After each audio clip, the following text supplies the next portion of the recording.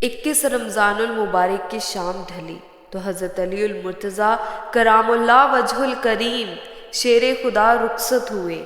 ایک عظیم ہستی کی شہادت ہوئی جن کو میرے نبی نے ابو تراب کا لقب دیا۔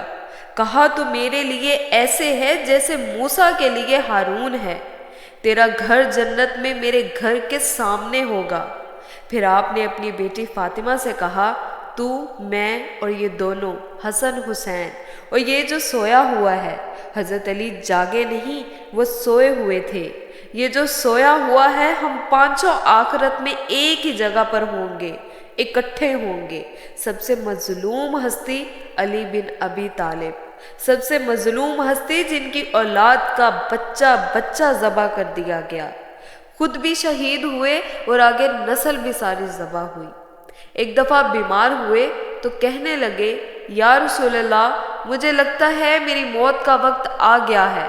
آپ نے کہا، نہیں، جب تیرے سر کے خون سے تیری داڑھی رنگی ہوگی اس وقت تیری موت آئے گی۔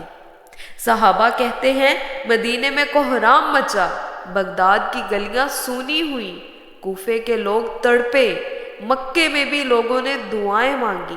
وہ سورج اس انداز میں دنیا سے گیا کہ اس کی روشنی قیامت تک باقی رہے گی، اس کا اجالا قیامت تک چمکتا رہے گا۔